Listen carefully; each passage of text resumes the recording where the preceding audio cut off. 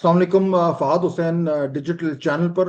Iran और Israel की दरमियान जो 12 दिन की जंग हुई उसमें सीज फायर तो हो गया है और ट्रंप साहब उसका क्रेडिट भी ले रहे हैं। कुछ उन्होंने इसराइल को अनकैरेक्टरिस्टिकली उसके लिए कुछ सख्त अल्फाज भी इस्तेमाल किए और तनकीद भी की। और कल नेटो के समिट में तो ये भी कह दिया कि ईरान ने जो है वो आखिरी चंद दिनों में बड़ा ठीक ठाक डैमेज जो है वो इन्फ्लिक्ट किया है इसराइल के ऊपर। सो अब इस वक्त क्योंकि जंगबंदी की हो चुकी है तो बड़ा सवाल यही पूछा जा रहा है कि किसने क्या खोया और क्या पाया। अब इसमें कुछ फैक्ट्स हैं, कुछ नैरेटिव बिल्डिंग होगी। ओवरऑल इस इशू का जायजा लेते हैं और ऑब्वियसली हमने तो अल्टीमेटली हर चीज को पाकिस्तान के पॉइंट ऑफ व्यू से देखना है, तो वो भी जो उसका एस्पेक्ट है उस पर आज हम बात करेंगे। एजाज हैदर साहब हमें ज्वाइन कर रहे हैं आज, पाकिस्तान के माय नाज तज्जियाकार हैं, डिफेंस और नेशनल सिक्योरिटी इश्यूज पर एक अथॉरिटेटिव वॉइस हैं, कॉलम नवीस हैं, और टेलीविजन और डिजिटल पर्सनालिटी भी हैं। So Ejaz sahab wearing many hats, although right now is not wearing any. Ejaz sahab, welcome. शुक्रिया शुक्रिया भाई। ओके, सो आप इस सारे कॉन्फ्लिक्ट को जितने करीब से देखते रहे, एटलीस्ट इन पाकिस्तान मेरे ख्याल में शायद ही कोई देख रहा है, लिख भी रहे हैं बड़ी डिटेल से। अब क्योंकि जंगबंदी हो गई है, चाहे जितनी भी फ्रेजाइल इस वक्त है, सो ओवरऑल अगर मैं आपसे पहला सवाल ये करूं कि एक 360 व्यू तज्जिया दें कि आज ईरान किधर खड़ा है, इसराइल किधर खड़ा है और अमेरिका किधर खड़ा है। ये तो आपने पूरा एक ट्रक लोड जो है वो मेज पे रखा है। लेकिन इख्तिसार से काम लेते हुए देखिए, हाँ। ये जो बात हो रही है कि कौन जीता कौन हारा, ये मैंने पाकिस्तान और भारत के हवाले से भी आपके प्रोग्राम पे भी मैंने इसका तज़किरा किया था। उसके अलावा और भी लिखा भी है इसके बारे में। ये इसका जीतने का हारने का ये एक मौजूइयत के साथ इसका ताल्लुक है। तो मारूजियत के हवाले से अगर देखा जाए तो जब तक एक बहुत वाजे फतह या शिकस्त ना हो, और उसकी मैं मिसाल दे सकता हूं कि पहली जंग अजीम में जर्मनी को शिकस्त हुई, लेकिन उसके बाद वो आर्मिस्टिस हुई, टर्म्स जो है वो रखे गए, सब कुछ हुआ, लेकिन उसकी वो जो फतह थी एलाइज की, वो परमानेंट साबित नहीं हो सकी। और जर्मनी ने आहिस्ता आहिस्ता जो है वो अपनी कुवत को बढ़ाया और 20 साल के अंदर अंदर जो है वो दूसरी जंग अजीम का आगाज हो गया। दूसरी जंग अजीम के बाद जो सबसे अहम जो पेशरफ्त हुई वो ये थी कि अमेरिका ने ये फैसला किया कि इस दफा हमने जर्मनी को दबाना नहीं है, हमने जर्मनी को अपने कैंप के अंदर लेके आना है और जापान को भी अपने कैंप के अंदर लेके आना है।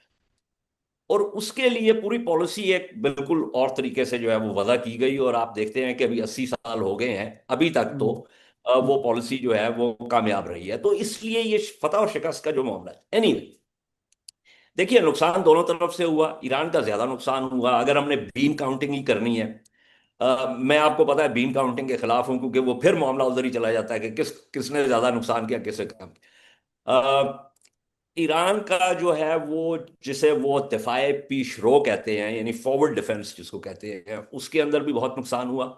क्योंकि ईरान ने हमेशा से पॉलिसी जो है ये बनाई थी, और ये कोई तकरीबन 90 की दहाई के अवाखिर से ये जो है इस पॉलिसी का आगाज हुआ था कि हम अपना दिफा जो है वो अ, हम इंतजार नहीं करेंगे, हमने इसकी बाउंड्रीज को पुश करना है आउटवर्ड्स, बाहर की तरफ। इसलिए उसको दफाए पीशरो कहा कि वो फॉरवर्ड डिफेंस। उसके अंदर जो है चूंकि हालात इस किस्म के थे, हिजबुल्ला जो है और अमल अमल मिलिशिया जो लबनान में थी, जो इसराइल के खिलाफ लड़ रही थी, फिर उसी से हिजबुल्ला निकली। फिर हिजबुल्ला के साथ ईरान का ताल्लुक हुआ। इसी तरह इराक की जंग के बाद, जो कि ईरान की वजह से शुरू नहीं हुई, अमेरिका की वजह से शुरू हुई, लेकिन उसमें ईरान को मौका मिला कि इराक के अंदर जो है वो शिया मिलिशियाज जो है वो बनाई जाए। फिर शाम में जब ये मामला शुरू हुआ तो शाम में बशारुल असद के दिफा के लिए उस हवाले से जो है ना एक और जो है वो लिंक बना, तो ये एक लैंड ब्रिज बन गया ईरान, फिर इराक, फिर शाम और फिर लबनान। तो वो जो है इस पिछले 20 महीने की जंग में उसके अंदर जो है काफी नुकसान हुआ है। ईरान का जो वो दिफाए पीशरो था उसको नुकसान हुआ है। और उसके बाद ये डायरेक्ट कन्फ्रंटेशन जो है, जो पिछले साल भी हुई और इस दफा भी हुई, तो इसमें अब लेकिन अहम चीज ये है कि ईरान ने जवाब दिया। और जाहिर है जब जवाब दिया जाता है तो आपको भी मालूम है, आप भी इसको देख रहे थे लम्हा बला लम्हा, कि इसराइल में मिलिट्री सेंसस ने इस बात का एहतमाम किया था कि किन जगहों पे टारगेट्स हिट हुए हैं उसके बारे में प्रेस में कोई खबर नहीं आ सकती। तो इसलिए हमें पूरी तरह इस बात का नहीं पता कि कितना नुकसान उनका हुआ, लेकिन जो ट्रंप ने कहा है, अगर उसमें ट्रंप की जो एक आदत है एग्जैजरेट करने की, उसको अगर हम थोड़ा सा एक तरफ भी रखें तो यकीनन नुकसान हुआ है। और दूसरी बात यह है कि इसराइल को यह भी पता था कि ना वो पिछले 20 माह की जंग अमेरिका की मदद के बगैर लड़ सकता है, और ना ही ये जंग वो अमेरिका की मदद के बगैर लड़ सकता है। तो जब आका ने यह कहा कि अब इस जंग का इख्तिताम होना है, मैंने तुम्हारी ख्वाहिश के मुताबिक जो है 2 जगहों में 3 जगहों में स्ट्राइक कर दी है, अब मैं तुम्हें बता रहा हूं कि इस जंग को तुमने खत्म करना है ताकि मैं ईरान के साथ बैठ के बात कर सकूं। तो उस हवाले से देखा जाए तो जो बॉटम लाइन है इस लेजर की, उसमें यह है कि ईरान ने अपना दिफा किया। हम्म। इसराइल को फिलहाल अब वो एक आर्म्स लेंथ पे आ गया। अब असल मामला शुरू होगा अमेरिका और ईरान के दरमियान, और उसमें हमने अब देखना है कि ईरान उसको किस तरीके से नेगोशिएट करता है। अच्छा, अब इसमें again let's go back to the basic question. जो इस वक्त दो मुख्तलिफ तरह के ओपिनियंस हमें सुनने को मिल रहे हैं। एक जो कहता है कि जी ईरान ने बेहतर कारकर्दगी दिखाई, उसका आर्गुमेंट यह है कि इसराइल जो है वो ईरान का न्यूक्लियर जौहरी प्रोग्राम तबाह करने के लिए उसने ये जंग शुरू की, और फिर बीच में रिजीम चेंज की बात भी उसने शुरू कर दी। हालांकि वो प्राइमरी ऑब्जेक्टिव कम अज कम स्टेटेड नहीं था। इस अगर आप पैराए पर देखें तो ये दोनों चीजें नहीं हुई। और अगर ये दोनों चीजें नहीं हुई और उसके साथ साथ ईरान ने इसराइल पे अच्छा भला डैमेज भी इन्फ्लिक्ट किया, और उसकी जो एक इनविंसिबिलिटी का एक परसेप्शन था उसको भी तोड़ा, तो फिर ये आर्गुमेंट कहता है कि जी ईरान जो है वो बेहतर रहा इस हवाले से। और अगर वो कहता है कि हम ये जंग जीते हैं तो शायद इसमें कोई गलत बात नहीं। दूसरा आर्गुमेंट ये है कि इसराइल ने एक रेड लाइन तोड़ी है, इसराइल ईरान को डायरेक्ट हमला करके उसको बहुत ज्यादा नुकसान पहुंचाया है, मिलिटरली डोमिनेट किया है, और उसके न्यूक्लियर प्रोग्राम को अगर खत्म नहीं किया तो बड़ा सिवियरली कर्टेल कर दिया है। और ये प्रेसिडेंट भी सेट कर दिया है कि कल को वो जब चाहेगा अपनी एयर सुपीरियोरिटी को इस्तेमाल करते हुए ईरान पर फिर हमला कर सकता है। तो चुनाचे अपर हैंड इसराइल का है। ये दो आर्ग्यूमेंट्स हैं जो पेडल हो रहे हैं, पेंडिंग कि आप किस तरफ से देख रहे हैं। इस स्पेक्ट्रम में आपकी राय किस तरफ फॉल करती देखें, ये इतना आपने जबरदस्त सवाल किया है, और आपके सवाल का जवाब आपके इस सवाल में पन्हा है। मैं जो पहले बात कर रहा था कि शिकस्त और फतह जो है, ये दोनों जो दलीलें हैं, ये कुछ हकायक को ले रही हैं। एक दलील अपने हक में हकायक को ले रही है, है? दूसरी हाँ। दलील अपने हक में हकायक को ले रही है। अच्छा, तो इसलिए जो मुकम्मल तज्जिया जो है उसको करने के लिए ये जरूरी है कि इन दोनों जो दलीलों को अलहदा ना किया जाए, बल्कि इनके हकायक को आपस में जोड़ा जाए। ठीक। और जब आप इनके हकायक को आपस में जोड़ते हैं तो फिर आपको वो तवाज़ुन मिलता है जिसकी बुनियाद पर आप वो तज्जिया कर सकते हैं। इसमें कोई शक की बात नहीं है कि इसराइल ने जो इंटेलिजेंस पेनिट्रेशन थी, रियल टाइम इंटेलिजेंस पेनिट्रेशन, हम्म। वो अगर मैं बाकी बड़ी बातें छोड़ दूं, सिर्फ हम्म। उसकी ऑपरेशनल जो उसका जो एस्पेक्ट है उसके ऊपर जो है वो फोकस करूं, तो इट इज जस्ट रिमार्केबल।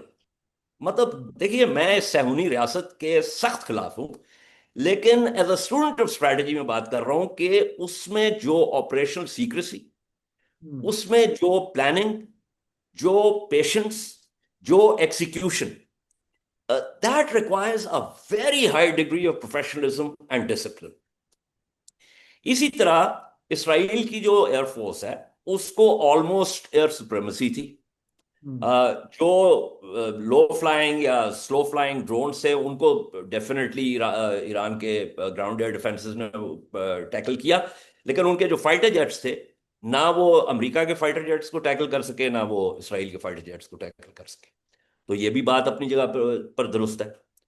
अब ये भी बात दुरुस्त है कि ईरान ने जो अहदाफ थे कि रिजीम चेंज हो जाए, या वो रिजीम चेंज की तरफ भी आते हैं कि उसका क्या मतलब है, अ, हम्म, और या उसका जो जौहरी प्रोग्राम है उसको तबाह कर दिया जाए। देखिए, जौहरी प्रोग्राम कोई एक चीज नहीं है, कोई एक चीज नहीं है कि जिसको आप you can take it out. ये इसकी मुख्तलिफ जो होते हैं, इसके अंदर ह्यूमन नॉलेज है, इसके अंदर इंफ्रास्ट्रक्चर है, इसमें ह्यूमन नॉलेज में आपको फिजिक्स चाहिए, आपको केमिस्ट्री चाहिए, आपको इंजीनियरिंग चाहिए, आपको मेटलर्जी चाहिए, आपको मतलब 100 किस्म की मुख्तलिफ चीजें चाहिए। वो आपका जो ह्यूमन रिसोर्स है उसको कैसे खत्म कर सकते हैं? वो तो मौजूद है ना अपनी जगह पर। इसीलिए हम्म, गुज़श्ता 15 साल में 12 दफा इसराइल ने कोशिश की है कि उनके साइंसदानों को कत्ल किया जाए। वो मुल्क से बाहर भी उन्होंने किया है और ईरान के अंदर भी किया है। तो ये, हाँ, सेटबैक होना। आपको याद होगा कि जो ऑपरेशन ओलंपिक हुआ था, जो अमेरिका ने और इसराइल ने इकट्ठे लॉन्च किया था, जिसके अंदर स्टक्सनेट वायरस इस्तेमाल किया था, जिसमें नातान्स में सेंट्रीफ्यूजेस जो थे दे वेंट बॉन्कर्स, और वो कोई तकरीबन साल पीछे जो है वो फेंक दिया प्रोग्राम। लेकिन उसमें से क्या हुआ? उसमें से फिर जो है वो रीबिल्ड हो गया, क्योंकि नॉलेज बेस मौजूद है, ह्यूमन रिसोर्स मौजूद है। तो ये इसी तरह जेसीपीओए जो था 2015 में, joint comprehensive plan of action, उसके उसका के जो अहदाफ थे वो भी ये थे कि हम 10 साल के लिए डिले करते हैं ईरान के इस प्रोग्राम को। ठीक है। हम्म, तो ये सारी चीजें जो है, देखिए इसमें एक इंटरेस्टिंग चीज ये है कि ट्रंप ने कहा कि we have totally obliterated the programme. ठीक है। अच्छा, वो एक जो फ्रेज थी, वो फिर वैंस ने भी इस्तेमाल की, वो रूबियो ने भी इस्तेमाल की, वो हेक्सेट ने भी इस्तेमाल की। What does obliteration mean?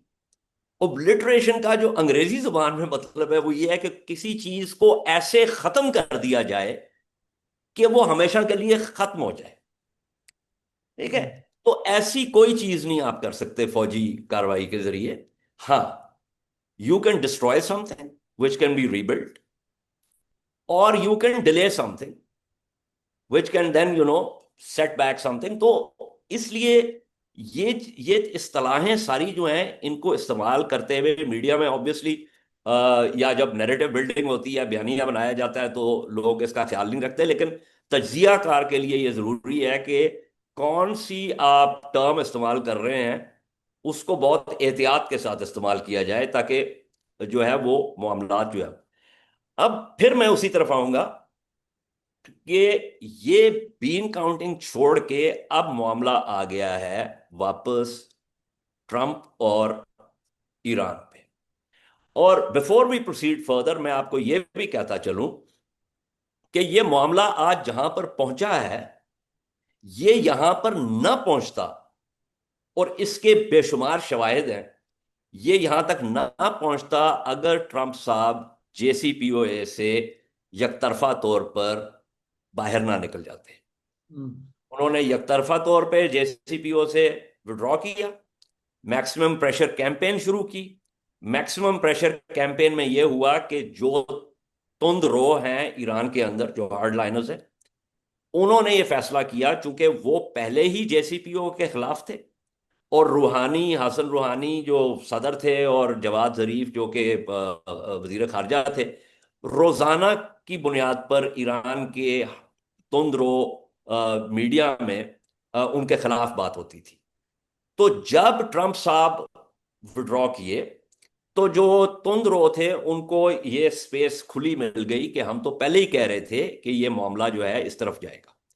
वहां से फिर आपको याद होगा टैंकर वॉर शुरू हुई। हम्म, वहां से फिर सऊदी अरेबिया के मशरकी जो सूबा जो है उस पे जो है वो ड्रोन और मिसाइल अटैक हुआ। वहां हम्म, से फिर हूतीस के हवाले से, सो ईरान ने उस दबाव का जवाब दबाव से दिया। हम्म, और फिर उसी की बुनियाद पे 2020 में कासिम सुलेमानी की जो असैसिनेशन थी, वो ईरान के इस दबाव के नतीजे में ट्रंप ने उसका ऑर्डर किया। और जब कासिम सुलेमानी जो है को शहीद किया गया, तो उसके बाद ईरान ईरान, जिस तरह ट्रंप को यह तवक्को नहीं थी कि ईरान जो है दबाव का जवाब दबाव से देगा, ईरान को यह तवक्को नहीं थी कि ट्रंप ये सुर्ख लकीर अबूर करेगा। हम्म। और उसके बाद जो ये जो मामला हुआ, सारा एनरिचमेंट का 60%, ये ईरान का जवाब था टू हम्म। कासिम सुलेमानीज मार्टरडम, कि अब हम कि हम जेसीपीओ के अंदर रहेंगे, लेकिन हम एनरिचमेंट को आगे लेके जाएंगे, यानी प्रोग्राम को हम बढ़ावा देंगे, ताकि ये प्रोग्राम जो है ये हमारा लीवर है अगेंस्ट यूएस प्रेशर। हम्म। अब देखें ना, इसमें ठीक है, फेयर इनफ, बट अब अगर हम यहीं से बात लेके चलें, जो आपने कहा कि अब मामला है ट्रंप और ईरान के दरमियान। अब अगर जिस तरह ट्रंप ने कल भी कहा कि जी अगले हफ्ते मुज़ाकरात शुरू होने का इम्कान है, होते नहीं होते वो अलग बात है, but at least he is saying that this could happen. और इस जंग से पहले जो मुज़ाकरात थे वो चल रहे थे, चाहे वो उसका कोई रिसेप्शन होगी, लेकिन चल रहे थे, एक मामला चल पड़ा था। तो अब जब अगर मुज़ाकरात होते हैं जिसपे एनपीटी से ईरान के निकलने के इम्कानात भी अब रोशन होते जा रहे हैं, वहां से बयानात आने शुरू हो गए, तो सवाल मैं उसको एक बार फिर थोड़ा सा रिफ्रेम करके आपके सामने रखता हूं कि अब जब मुज़ाकरात अगर होते हैं, तो जंग से पहले जो मुज़ाकरात थे और अब जो होने जा रहे हैं, उसमें ईरान की मुज़ाकरात के हवाले से पोजीशन बेहतर हुई है या कमजोर हुई? ये बहुत अच्छा सवाल है। मेरा जाती तौर पर ख्याल ये है कि ईरान की पोजीशन इस वक्त कमजोर हुई है। इसीलिए मैं ये समझता हूं कि ये जो एनरिचमेंट का जो मामला है, हम्म। इसके ऊपर इसको ईरान किस तरीके से इंजीनियर करेगा, क्योंकि एनरिचमेंट जो है ना उनके लिए बहुत अहम है फाद। ये जो पिछले 5 जो है वो राउंड्स हुए थे मुज़ाकरात के, उसके अंदर भी जो बुनियादी जो स्टिकिंग पॉइंट था वो यही था। ट्रंप ये कह रहा था जीरो एनरिचमेंट, हम्म। ईरान कह रहा था कि नहीं, हमारा हक जो है एनरिचमेंट का वो मौजूद है, और उसको हम अपने हाथ से नहीं जाने देंगे। ट्रंप बात यह कर रहा था कि कंसोर्शियम बाहर होगा, उस कंसोर्शियम से जो है ना आप लो एनरिच यूरेनियम ले सकते हैं। तो इसलिए अब देखना यह है कि इस 12 दिन की लड़ाई के बाद किस हद तक प्रोग्राम को सेटबैक हुआ है, और उसमें हिकमत अमली के तौर पर, और ये ना भूलिए कि जेसीपीओए में ईरान ने एनरिचमेंट के ऊपर कॉम्प्रोमाइज किया हुआ है। हम्म। उसमें यह नहीं था कि रोल बैक, लेकिन एनरिचमेंट पे कॉम्प्रोमाइज किया था as part of that deal. तो this will not be the first time. इस वक्त ईरान के लिए, जहां मैं खड़ा हूं, जहां से मैं देख रहा हूं ईरान को, ईरान के लिए दो चीजें, तीन चीजें बल्कि, बहुत जरूरी है। सबसे पहली चीज ईरान के लिए हर दौर में, हर दहाई में, हर वक्त, वो है रिजीम सर्वाइवल। कि इनकलाबे ईरान के बाद जो ईरान है इस वक्त, जो तबका है, हुक्मरान तबका है, उसने हर हालत में सरवाइव करना है। That is the primary central pillar. दूसरा जो उनका मामला है वो है ये जौहरी मामला, और उसकी तरफ भी हम आते हैं कि वो क्यों इतना अहम है। हम्म। तीसरी बात यह है सैंक्शंस रिलीफ, हम्म। क्योंकि ईरान में गुर्बत बढ़ी है, मिडिल क्लास जो है वो श्रिंक हुई है, वो ओवर 40% से वो 30% पे आ गई है। तो इसलिए सैंक्शंस रिलीफ जो है वो बहुत अहम है। अब इन तमाम, ये तीन गेंदें हैं, और सितम जरीफी ये है कि जो रजीम सर्वाइवल है उसका एक बहुत गहरा ताल्लुक जौहरी प्रोग्राम के साथ भी है। लेकिन जौहरी प्रोग्राम जो है वो एल्बतरॉस भी है जो इस वक्त ईरान के गले में है। हम्म। इसलिए ईरान किस किस्म की सिफारती नफासत का मुजाहरा करता है इन मुज़ाकरात में, हम्म। ट्रंप किस हद तक जो है अपनी मैक्सिमलिस्ट पोजीशन को डाइल्यूट करता है, इन चीजों के बारे में हमें नहीं पता।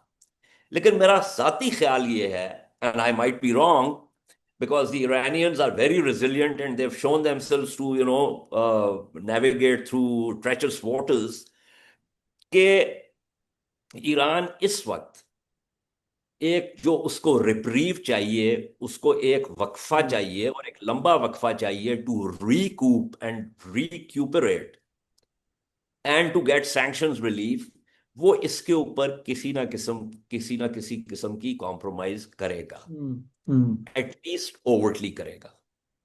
कोवर्टली वो प्रोग्राम को कैसे चलाते रहते हैं, क्योंकि देयर इज एवरी पॉसिबिलिटी कि उनकी कोई ऐसी फैसिलिटी हो जिसके बारे में ना तो इंटरनेशनल एटॉमिक एनर्जी एजेंसी को पता है ना किसी और को पता है।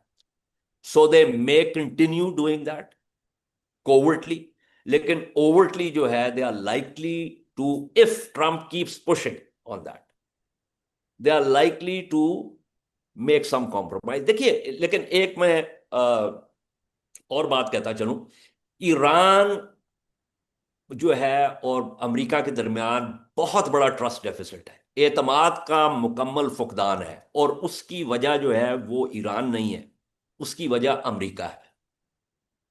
बाइडन ने, जब बाइडन की टर्म आई तो बाइडन जेसीपीओ की तरफ वापस जाना चाहता था। ईरान ने कहा कि जनाबे वाला, हम बात करने के लिए तैयार हैं, लेकिन ऐसा नहीं हो सकता कि जैसे पिछली दफा हुआ है। हमने हम्म, आपके साथ पूरा मुआहदा किया था, और सिर्फ आपके साथ नहीं किया था, वो P5+1 था, तो वो एक मल्टीलैटरल था, और वो एक सलामती काउंसिल के जो किरारदाद के तहत जो है, वो एक किरारदाद है सलामती काउंसिल की जो उसको गारंटी करती है, उसकी जमानत देती है। तो वो नहीं हुआ, तो अब आपने, हम मुज़ाकरात की तरफ आने से पहले हम, आप प्री कंडीशन हमारी ये है कि आप सैंक्शंस रिलीफ हमें देंगे, और मुआहदे के अंदर एक शिक होगी कि अगर इस मुआहदे पर दस्तखत हो जाते हैं तो हम्म, कोई भी पार्टी इससे एकतरफा तौर पर विड्रॉ नहीं कर सकती। हम्म, ये बाइडन मानने के लिए तैयार नहीं था फॉर वेरियस रीजन, वो लंबी हम्म, तफसील हो जाएगी। So to cut a long story short, इसलिए वो बात नहीं बन सकी, और उसके बाद ईरान ने फैसला किया कि ये 60% यूरेनियम एनरिचमेंट की हम्म। तरफ जाएंगे। ठीक। तो अब अल्टीमेटली ऑब्वियसली ईरान के लिए अब मुश्किल होगा उसी तरीके से अपने न्यूक्लियर प्रोग्राम को आगे बढ़ाना, लेस उन्होंने कोई उनकी सीक्रेट लोकेशंस हैं और उन्होंने यूरेनियम को सेव कर लिया है, और जो न्यूयॉर्क टाइम्स और सीएनएन की स्टोरी जो चल रही है कि वो डैमेज उतना नहीं हुआ जितना कि अमेरिका जो है वो क्लेम कर रहा है। बट इन एनी केस, वो जो था कि जी Iran is one screwdriver away from making a nuclear weapon, वो फिलहाल तो नहीं है। तो उसको अगर हम थोड़ा सा फैक्टर आउट कर दें immediately, so in the immediate term जो मिडिल ईस्ट की और गल्फ की पॉलिटिक्स हैं, उसमें क्या इजराइल का जो एक रोल है एज अ हेजमन, वो और ज्यादा कंसोलिडेट हो गया है इस जंग के बाद? जो गल्फ के ममालिक हैं वो क्या लेसन ड्रॉ करेंगे फ्रॉम दिस? देखिए, गल्फ के जो ममालिक हैं ना, उनमें मिस्र और उर्दन, वो तो इसराइल के बाजगुजार हैं। अच्छा, उसके अलावा एक इनर लेयर थी, उसमें लबनान भी था, उसमें शाम भी था, उसमें इराक भी था। तो इराक जो है उसको तो तबाह किया अमेरिका ने अपनी जंग के साथ, लेकिन उस तबाही के बाद ईरान उसके अंदर दर आया। इसी तरह ईरान जो है वो शाम में भी आ गया और लबनान में भी आ गया। अब इस दफा उन्होंने हिजबुल्लाह को डिग्रेड किया, सीरिया को तो वो अब जब उनका दिल करता है वो जाके बमबारी करते हैं। सीरिया के पास कोई मिलिट्री कैपेबिलिटी नहीं। लीबिया को भी अमेरिका ने उसमें से, सो आउटर लेयर भी निकल गई। तो जो एक वाहिद जो मुल्क है जो इसराइल को चुभता है और चुभ रहा है, वो है ईरान। जो गल्फ की खलीजी जो रियासतें हैं, वो तो वैसे ही इसराइल की गोद में है। सऊदी अरब जो है, उसको अगर अपने अंदर जो है वो डिसेंट का खतरा ना हो, और एक आलम इस्लाम के अंदर जो एक, चूंकि वो अपने आप को खादमे हरमैनुल शरीफैन कहते हैं, अगर वो ऑप्टिक्स का मसला ना हो, तो वो तो फौरन जाके जफल मार दें। आई मीन, जिस वक्त ट्रम्प जो है वो निकला 2018 में जेसीपीओए से, तो सऊदी अरब और यूएई तो छलांगे लगा रहे थे, और ये को मैं नहीं कह रहा, ये तो this is a matter of record. Also what's a matter of record is के, जिसको बाद में सऊदी अरब ने डिनाई किया कि भाई सऊदी अरब ने तो इसराइल को कोवर्टली ये भी कहा कि if you destroy the Iranian nuclear program, तो हम आपको सपोर्ट करेंगे। अच्छा, मोहम्मद बिन सलमान का ये इंटरव्यू भी रिकॉर्ड के ऊपर है कि अगर ईरान के पास जौहरी हथियार आता है तो फिर हमें भी बनाना पड़ेगा। ये भी आपको मालूम है। तो इसराइल की इस वक्त टैक्टिकली पोजीशन जो है वो मजबूत है। लेकिन साथ ही साथ जो ट्रंप ने किया, हम्म। ट्रंप ने ये संदेशा भी भिजवा दिया है इसराइल को और नेतन्याहू को कि मियां, तुम जितनी छलांगे लगाते हो उसके पीछे अमेरिका की कुवत है। We hmm. Replenish you, we provide you global intelligence, we provide you financial and military help. तो इसलिए वो जो उसने एयरपोर्ट पे एफ बॉम्ब ड्रॉप किया, which was one of those genuine unguarded Trumpian moments, वो वाकई उसके अंदर वो परफॉर्मेटिव नहीं था। हम्म। वो मतलब है कि वो वही है कि जो पंजाबी में कोई कहता है कुछ, ठीक है। हम्म। वो वाकई मतलब उसने सड़ के कि मतलब हुआ यू, मतलब I told you to stop, ठीक है। मैं तुम्हें इंटरसेप्टर्स दे रहा हूं, मेरे जो है स्ट्राइक कैरियर ग्रुप्स जो हैं वो बहरे असवद में भी हैं, खलीज फारस में भी हैं, वो अपना मेडिटेरेनियन में भी हैं। मेरी थर्ड की बैटरीज दो जो है वो इसराइल में है। मैं तुम्हें बचाता रहा हूं इन हमलों से, and now you have the audacity hmm. To actually cock a snook at me, hmm. मुझे ठेंगा दिखा रहे हो। सो वो उसका जो वो लम्हा था एफ बॉम्ब वाला, वो बिल्कुल जेन्युइन था। तो हम्म। उस हवाले से देखा जाए तो इसराइल को भी एक पैगाम चला गया है कि तुम्हारी जो हेजेमनी है वो हाँ। सिर्फ इस हवाले से है कि तुम हमारी मिलिट्री आउटपोस्ट हो, हम्म। और तुम्हारे पास है, you have some space to operate, but you don't have complete carte blanche.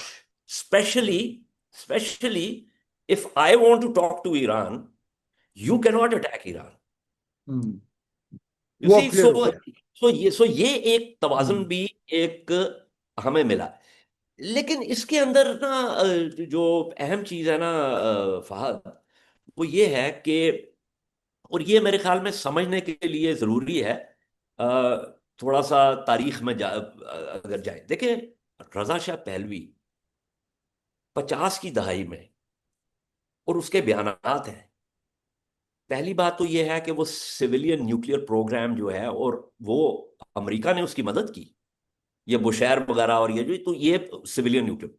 New York times में एक पूरे पेज का जो है ना वो एडवर्ट निकला उस जमाने में, हम्म। जिसके अंदर शाह की दूरबीनी जो है या पेशबीनी जो है उसकी तारीफ की गई कि वो he sitting on a lake of oil but he is looking into the future hmm. Which is nuclear energy. और ये हम्म। जनरल इलेक्ट्रिक से उन्होंने ये की मदद से ये किया था। हम्म। उसके बाद शाह ने के बयानात भी हैं, जिनमें से एक का उसने बाद में जो है ना वो मुकर गया कि मैंने ये नहीं कहा। बट ही सेड कि देखो, अगर यहाँ पे मशरक़ वुस्ता में जौहरी हथियार किसी ने लिया तो then we hmm. Will also have to weaponize. मेरा कहने का हम्म। मकसद ये है कि ये कोई नई बात नहीं है, ये ईरान के दिफा के लिए ये बात 50 की दहाई में जा रही है।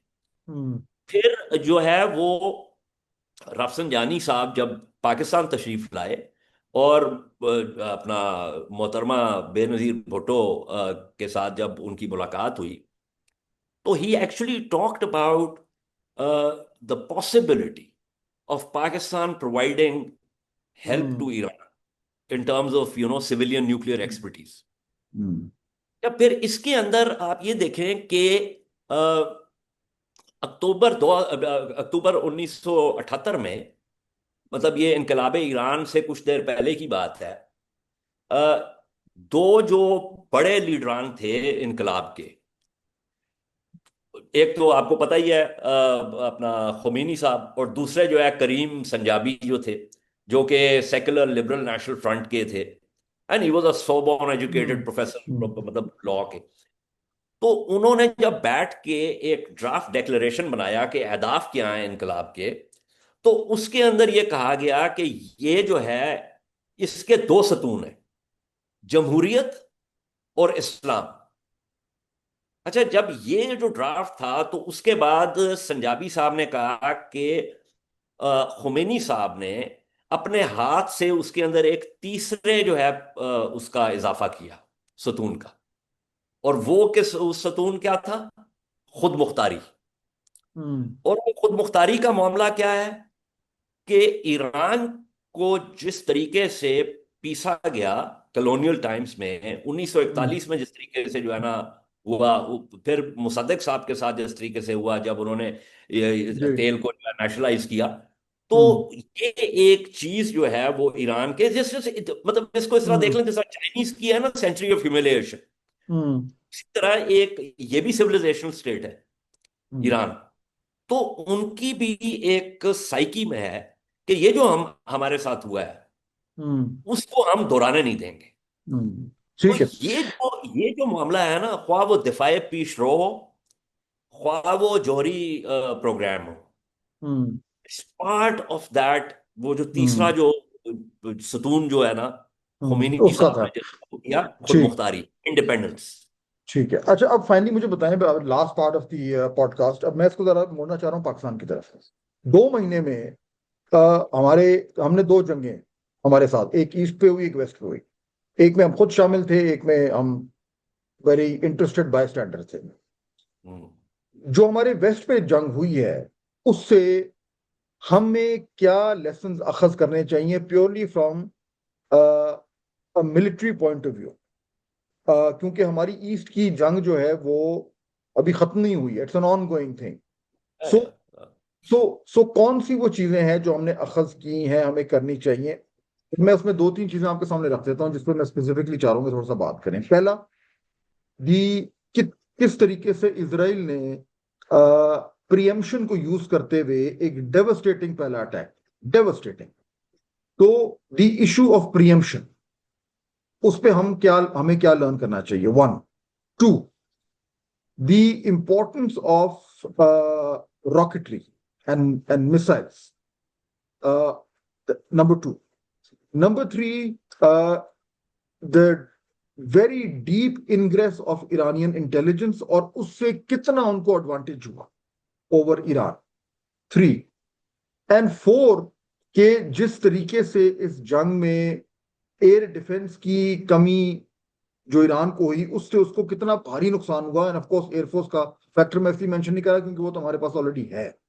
तो इन स्पेसिफिक एलिमेंट्स पे बेस करते हुए हमें नेक्स्ट राउंड जो हमारा इंडिया के साथ होना है, हमें कौन से लेसन इंटरनलाइज करने चाहिए और फौरी तौर पर उनके ऊपर काम करना शुरू करना चाहिए। देखिए, बात यह है कि जो फिजाइया है वो तो बहुत अहम है। और उसके अंदर खुशकिस्मती से आ, हम भी कभी कभार बहसीत कौम कुछ ठीक फैसले कर लेते हैं। तो खुशकिस्मती से उसमें हमने कुछ ठीक फैसले किए, जिसकी वजह से इस वक्त हमारे पास एक फिजाइया है जो कि मतलब कोई भी दुनिया की फिजाइया जो है ऐसे नहीं डरा सकती पाकिस्तान की फिजाओं में। हम्म। ये एक अलग बात है कि हमें उसके ऊपर मजीद काम करना है, उस पर मजीद काम हो रहा है। इसी तरह जो आज की लड़ाई है जिसके अंदर ड्रोन्स भी हैं, जिसके अंदर मिसाइल्स भी हैं, उसमें फिजाइया के साथ साथ आपको ग्राउंड एयर डिफेंसेस की भी जरूरत है, क्योंकि इन दोनों का आपस में एक बहुत गहरा जो है वो रब्त है, एक ताल्लुक है। तो इसको हमने वो करना है। तीसरी बात यह है कि फिजाइया और ग्राउंड एयर डिफेंसेस के होने के बावजूद अ, किसी भी इस तरह की लड़ाई में आपका नुकसान होगा। वो हमने देखा है कि जिस तरह इसराइल का हुआ है। अब इसराइल के पास 4 लेयर्स हैं एयर डिफेंसेस की, ठीक है, एक आयरन डोम है। और ये मैं भी आपके प्रोग्राम की तवसत से मैं ये भी बात कहता चलूं कि ये एक गलतुल आम हो चुका है कि जी इसराइल का जो ग्राउंड एयर डिफेंस है उसका नाम आयरन डोम है। नहीं, iron dome is a separate inner most layer, it's a separate system meant for short range rockets. उसके बाहर वाला जो अपना है आउटर लेयर है इसकी आयरन डोम के बाहर वाली, वो है डेविड स्लिंग। फिर उसके बाद जो है एरो 2 है, फिर एरो 3 है।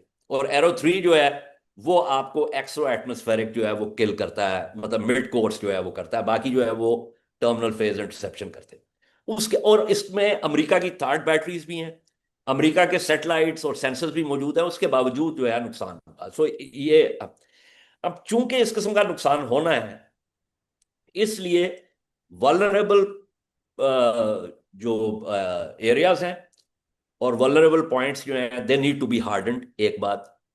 दूसरी बात यह है कि population centres need to have shelters, क्योंकि काउंटर फोर्स टारगेटिंग के जिसमें आप सिर्फ मिलिट्री या इंफ्रास्ट्रक्चर को वो कर रहे हैं, उससे आगे बढ़कर वो काउंटर वैल्यू टारगेटिंग भी हो सकती है, जिसका मतलब है कि सिविलियन पॉपुलेशन के ऊपर जो है वो मिसाइल्स आके गिर सकते हैं। वो हम्म, इंटेंशनल काउंटर वैल्यू टारगेटिंग भी हो सकती है, और वो काउंटर फोर्स टारगेटिंग करते करते काउंटर वैल्यू भी हो सकती है, मतलब विटिंगली भी हो सकती है, अनविटिंगली भी हो सकती है। सो वी नीड टू है। इसी के साथ साथ इसमें बहुत अहम जरूरत है कि civil defence, hmm, civil defence specially in the larger cities should be made perfect. मतलब ये अब इस तरह नहीं हो सकता कि आप कहें कि अच्छा जी ठीक है वो जंग हो गई, तो फिर उसके अंदर जिस किस्म का केओस होता है उसमें फिर आपको सिविल डिफेंस में आपको जो है ना रेस्क्यूअर्स, फिर आपके जो है ना जो पैरामेडिक्स हैं, फिर आपके जो मेडिकल सेंटर्स हैं, और ये सब, तो ये सारा कुछ जो है वो सिविल डिफेंस में आता है। हम्म, हम्म, तो ये चीजें जो हैं ये हमको, और सबसे अहम बात ये है कि इसमें आपने ये भी देखना है कि आपकी जाहिर है इकोनॉमी टेक्स अ हिट जब भी कोई इस तरह की बात होती है। अब आप ये देखें कि एक एस्टिमेट के मुताबिक $250 मिलियन जो है वो रोजाना का खर्चा हुआ है सिर्फ इस 12 दिन की लड़ाई की। अगर बात करें जो 20 महीने की लड़ाई है उसमें तो पता नहीं बिलियंस ऑफ डॉलर्स हम्म, खर्च हो चुके हैं। $250 मिलियन जो है वो रोजाना का खर्च हुआ है इसराइल का, ये एक मोहतात अंदाजे के मुताबिक। सो और वो इसलिए इसीलिए मैं कहता हूं कि वो सस्टेन ही नहीं कर सकता था without the American military and financial support. हाँ, एंटिसिपेटरी सेल्फ डिफेंस, इसराइल ने प्रीएम्प्टिव स्ट्राइक्स नहीं की। Fahd this is a very important point. Hmm, Israel ने ये बुश के जमाने से जो 2002 की अमेरिका की नेशनल सिक्योरिटी स्ट्रेटेजी थी उसके अंदर जानबूझकर प्रीएम्प्शन और प्रिवेंशन को जोड़ा गया, as if they are the same things. नहीं, hmm, they are not the same thing. इसकी मैं एक सादा सी मिसाल इस तरह दे सकता हूं कि two people are standing, both are packed, ठीक है, और एक बंदा ये देखता है कि दूसरे का हाथ जो है वो होल्स्टर पे जा रहा है और उसने अपने पिस्टल के को and he is about to draw, ठीक है। उस वक्त if the other guy draws faster and shoots, that is preemption. On the other hand एक बंदा ये सोचता है कि यार वो जो उस घर में जो बंदा है जो कि पैक्ड इधर उधर फिरता है, वो हो सकता है 1 साल के बाद या 6 महीने के बाद या 2 साल के बाद मुझ पर हमला कर दे, हम्म, इसलिए मैं आज जाके उसको गोली मार दूंगा। Hmm, so these are two different things all together. और बैनुल अक़वामी कानून में प्रिवेंशन जो है ना वो इलीगल है। वो because it's not a war of necessity, it is a war of choice, जिसके अंदर आपको याद होगा, आपने वो फिल्म देखी होगी माइनॉरिटी रिपोर्ट, जिसके अंदर मॉरल हम्म, डिलेमा क्या है कि आपने एक सिस्टम बनाया है जिसमें आपको पहले ही पता चल जाता है कि बंदा क्या करेगा। हम्म, So before that person actually commits that crime or that whatever violation, हम्म, तो वो जो enforcement है वो, but hmm. it is a moral dilemma. You cannot, unless something has actually happened or is about to happen, you cannot simply go and start rounding up people. लेकिन अब तो वो तो बयानिए के इसलिए तौर पर हो जाता है ना, कि मतलब इसराइल ने कहा कि जी ठीक है हम इसलिए कर रहे हैं क्योंकि उनका न्यूक्लियर वेपन बना लिया है। वो है गलत है सही है बात, उन्होंने कहा जी नहीं यार नहीं, तो हम वो तो बिल्कुल करने जा गलत रहे है, हैं। वो बिल्कुल गलत है। देखिए मैं आपको बताऊं, ये अब आपने एक और चीज छेड़ दी, इसमें ये नुक्ता भी उठाना चाहिए कि राफेल ग्रॉसी जो कि एक अर्जेंटीनियन सफारतकार है और जो कि इस वक्त डायरेक्टर जनरल है आईएईए का, ईरान ने उसके बारे में बाकायदा ऑफिशियल कंप्लेंट की है। ईरान ने यह कहा है कि glossy is linked up with Israel और आप ये देखें कि जिस दिन खत्म होनी थी ट्रंप की 60 दिन की डेडलाइन, ग्रॉसी ने ईरान की 2003 से पहले की एक्टिविटीज के ऊपर हम्म एक रिपोर्ट 12 जून को निकाली, और उसके ऊपर बोर्ड ऑफ गवर्नर्स का वोट लिया। और उस वोट से 2 दिन पहले अमेरिकन डिप्लोमेट्स व arm twisting various hmm representatives of the countries. Hmm. और 12 जून को ये हुआ, और 12 जून की रात को इसराइल के त्यारे जो है वो लोड हो रहे थे, 13 की सुबह को हमला हाँ तो करने वो के। तो बिल्कुल वो यानी कि उसके साथ मिला हुआ था, लेकिन सो बेसिकली हमारे लिए प्रिवेंशन और प्रियम्पशन में से ये दो जो चीजें हैं, हमें कौन सा अप्लाई करता है इन टर्म्स ऑफ इंडिया? देखें, प्रिवेंशन जो है ना, वो हमारे लिए, वो I am not in favour of kinetic action in terms of prevention. ठीक है, प्रिवेंशन जो है वो है कि आप तैयार, मेरे हिसाब से वो तैयारी है जो आप सिफारती तौर पर करते हैं, अखलाकी तौर पर करते हैं, कानूनी तौर पर करते हैं। ठीक है, जो मामला है, और ये मैं लिख चुका हूं आपके, आप ही के प्रोग्राम पे एक दफा पहले भी कह चुका हूं, इसके ऊपर बहुत बहस भी छिड़ गई थी, कि देखिए एंटिसिपेटरी सेल्फ डिफेंस के, देखिए भारत के वजीर आजम का ने अपनी जो तकरीर है उसके अंदर भारत का जो इस वक्त सरकारी नुक्ता नजर है पाकिस्तान के हवाले से वो पेश कर दिया है। हम्म उसके अंदर उन्होंने कहा है कि ये सीज फायर नहीं है, ये वक्फा है। उसके अंदर उन्होंने कहा है कि कोई भी अगर हमला होगा तो वो उसके लिए हमें किसी शवाहिद की जरूरत नहीं है, और कोई भी हमला होगा तो वो हम उस पे, उसके नतीजे में पाकिस्तान पर हमला करेंगे। ये मैं नहीं कह रहा, ये भारत के वजीर आजम नरेंद्र मोदी साहब ने अपनी कौम के साथ खिताब में ये कहा है। सो आपके पास, so this, what does this mean? This means कि भारत की ये सरकारी पॉलिसी है, which then means कि आपके पास under article 51 hmm of the UN charter, जो कि आपको जो है वो सेल्फ डिफेंस की इजाजत देता है, उसकी बेसिस के ऊपर अगर वहां पर कोई हमला होता है और वहां से तबले जंग जो है वो पीटे जाने लगते हैं, then you can use anticipatory self defence, hmm. And then you can say okay, then you don't have to wait for a strike on you. बिल्कुल सही है, और उसके लिए हमें पहले से पता होना चाहिए कि हमने कौन से टारगेट्स को हिट करना है, किन लोगों को यस, हिट करना दैट है, इज वेयर क्यों करना है। Intelligence comes. That homework has to be done.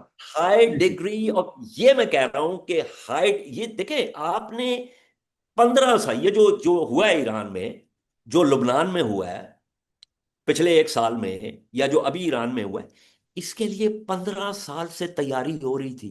15 साल से स्लीपर सेल्स थे, कोऑर्डिनेशन थी, पेनिट्रेशन थी, काउंटर इंटेलिजेंस डेग्रेडेशन थी, ये सारी चीजें थी, जिसके ऐसे थोड़ी फाद, आपको भी पता है, आप भी गुज़श्ता हम्म 30 साल से ये काम कर रहे हैं और हम्म दफाई मामलात को देख रहे हैं। ये थोड़ी होता है कि ये हम्म। यकायक ये हो गया। ऐसी। ये तो तो सर आपने, ये इसके इसके जो सिन्यूज हैं वो तो अपनी जगह पे मौजूद है, हम्म। आपने तैयार करके रखे हुए हैं। तो ये सिर्फ उसको हमें ये एक्टिवेट किस वक्त करना है वो आपने एग्जैक्टली, फैसला कर। तो हमने दैट मीन्स के एक क्लियर लेसन ये ड्रॉ होता है कि हमने अब बैठ के ये तैयारी करनी है कि ये मौका ऐसा आएगा जब इंडिया की तरफ से इस तरह का सूरत हाल बनेगी कि हमें पता है कि वो अटैक करने जा रहे हैं, तब तक हमने उस बारी फिर हमने वेट नहीं करना कि वो हमारे पे हमला करेंगे तो फिर हम कुछ करेंगे। अगर आपने प्रिवेंटिव डिफेंस या ऑफेंसिव डिफेंस करना है तो उसकी तैयारी वैसे ही प्रिवेंटिव करनी डिफेंस है। नहीं, प्रिवेंटिव डिफेंस नहीं, एंटिसिपेटरी सेल्फ डिफेंस। एंटर ठीक जिस है। जो जिसके बारे में देखें, इसमें तीन चार चीजों को इकट्ठा करना जरूरी है। आपने सिफारतकारी करनी है, आपने वर्ल्ड कैपिटल्स को बताना है कि जी भारत के वजीर आजम ने ये सरकारी पॉलिसी सामने रखी है, हम्म इस सरकारी पॉलिसी में ये कहा गया है, इसकी बुनियाद पर हम इन्वोक कर रहे हैं आर्टिकल 51, और हम इस बात को बता रहे हैं आपको कि अगर ये हमला हुआ और वहां से तबले जंग बजा, हम्म तो हम इंतजार नहीं करेंगे, हम्म क्योंकि भारत ने अपनी अपनी जो नीयत है और अपनी हम्म पॉलिसी जो है वो हम्म। पब्लिकली इनशिएट कर कर दी चुके हैं, हुई। और इसको करने के लिए हमें अभी से करना है, ये नहीं कि हम आप वेट कर रहे हैं आखिरी 24 घंटे में। हमारा पूरा जो डॉक्ट्रिन है वो इस तरीके से बनना चाहिए, उनके टारगेट्स जो हैं उसमें टाइम लगेगा, उनके अंदर जो हमें इन्वेस्ट करनी है उनके उनके सिस्टम के अंदर, वो अभी से कर। सो पॉइंट बीइंग कि ये हमें अब नेक्स्ट राउंड के लिए अभी से तैयारी करनी है। सिर्फ ये नहीं वेट करना कि जी नहीं वो हमारे पे हमला करेंगे तो फिर हम जवाबी वार करेंगे। मेरे ख्याल में वो बिल्कुल उस तरह की पॉलिसी जो है वो अब आउटडेट हो चुकी है। बिल्कुल सही है। और उसमें मैं एक और चीज का इजाफा करता चलूं कि साथ ही साथ हमारी तरफ से, पाकिस्तान की तरफ से सरकारी तौर पर हम्म। भी ये बार बार कहा गया है, हमने हमेशा कहा है कि हम भारत के साथ कोई लड़ाई नहीं चाहते। हम्म। हम भारत के साथ सिफारतकारी चाहते हैं, हम भारत के साथ बातचीत करना चाहते हैं, हम भारत के साथ जो मामलात हैं उनको सुधारना चाहते हैं। ये पॉलिसी भारत की तरफ से आई है। और इसके बारे में इनके जो नेशनल सिक्योरिटी एडवाइजर हैं अजीत दोवल साहब, he has been bragging about it hmm. कि जी मैं पाकिस्तान के अंदर ये करवा रहा हूँ। उनकी डिफेंसिव ऑफेंस की जब when he was a private citizen, तो भी gave a talk at one of the universities. Hmm. उसी हम्म। का जो है वो अब, चूंकि वो सरकार में है, तो अब उसी का इतलाक जो है उन्होंने किया है। तो हमें दो चीजें करनी है। हमें एक तरफ तमाम कोशिश करनी है जो मल्टीलैटरली, कि भारत के साथ हमारे ताल्लुकात जो हैं, हमारी बातचीत शुरू हो जाए ताकि दोनों ममालिक जो हैं वो इस मसले में ना पड़े। ज्यादा मुनासिब यही है। लेकिन उसके साथ साथ हमने, अगर ये मामलात सुधरते नहीं हैं और हम्म। ये फिर किस तरफ जा सकते हैं, उसकी भी तैयारी करनी। हम्म। सीवी बिल्कुल सही। पाकम पैराबेलम। If you want peace, prepare for war. So बिल्कुल ठीक है। That's the and paradox of and strategy. And that's the lesson that we must all learn very well. Ejaz Haider साहब, बहुत शुक्रिया। बड़ी मुफस्सिल किस्म की गुफ्तगू हुई है। और इस उम्मीद पे आज की पॉडकास्ट खत्म करते हैं कि हमारी जो ये मिडल ईस्ट में जंग हुई है ये होल्ड ऑफ करे, ये सीज़फायर होल्ड ऑफ करे। जो भी मुज़ाकरात हों उसके जरिए कोई ना कोई एक नतीजा खेज मुज़ाकरात हों। और दूसरा ये कि ईस्टर्न बॉर्डर पे अपने आप को तैयार करें, क्योंकि नेक्स्ट राउंड आना है और नेक्स्ट राउंड में हमने प्रिवेल करना है। That should be the mindset. इजाज़त, always pleasure. Thank you so much for joining. Always a pleasure to be with you, Khan.